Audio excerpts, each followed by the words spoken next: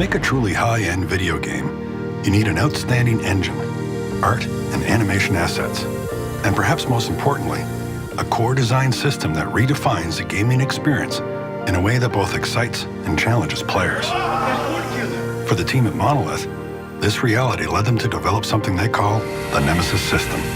We wanted to create something that was genuinely new within action-adventure games. Something that reflected your actions back to you, but not in a scripted way, in a way that gives you the freedom to play the game however you want to. The best area we can put all of our focus is to make enemies more interesting. Why don't we make those like the open world environment where you can do anything? Why don't we make it where they can be anything? Your enemies will be able to have this personal bond and relationship with you, and then they'll be able to reflect that back to you with their actions, how they get promoted, the things that they're wearing, all the different things that they say. These aren't just, your classic story beat guys. Any no-name grunt orc can take you out. Time for me to rise above my so-called brothers. They want to become famous off of your mistakes, so they're looking to come after you just as much as you're looking to come after them.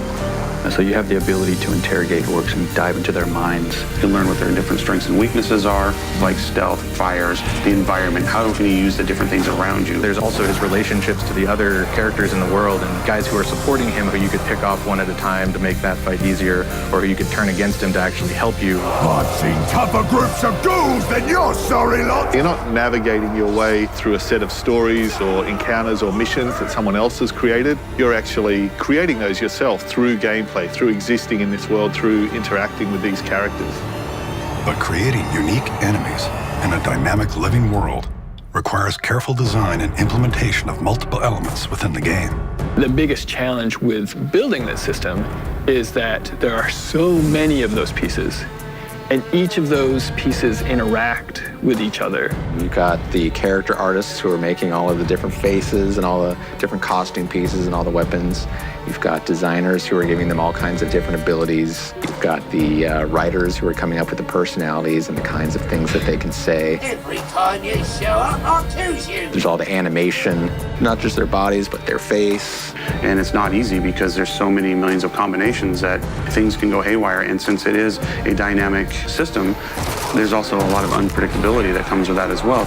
With the convention season about to kick off, the team is pushing to get the latest build of the game ready in time for E3, one of the biggest video game expos on the planet. One of the challenges of showing the Nemesis system and putting it hands-on at E3 is you can't just do 15 minutes of gameplay. We have to cover every single possibility. We've got to make sure it's as seamless as we possibly can so that their experiences, whatever corner of the world they happen to wander into during their time, come off without a hitch. Literally is a cross-section of the game where we're just dropping the player in, and there it is. It's the sandbox. It is the game. It is the Nemesis system. It's been a busy few weeks, but the E3 build is finally in the can. With the game ready for its close-up, the team prepares for the chance to show off their hard work. Obviously, you work on something like this for so long, and the whole purpose of it, the whole reason you're doing it, is to get it in players' hands and to see how people respond to it. We're hoping that when we get out there, people will take a moment and check out this IP they've never seen before, and by doing that, they'll see something truly new and innovative. It's going to be the first time we set anybody loose in the open sandbox, and we can't tell them what to do, and we're going to see what happens.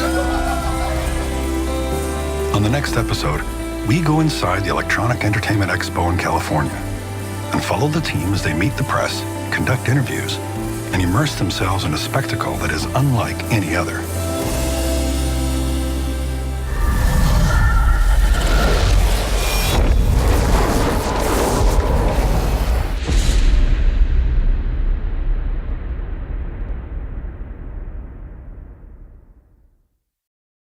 PlayStation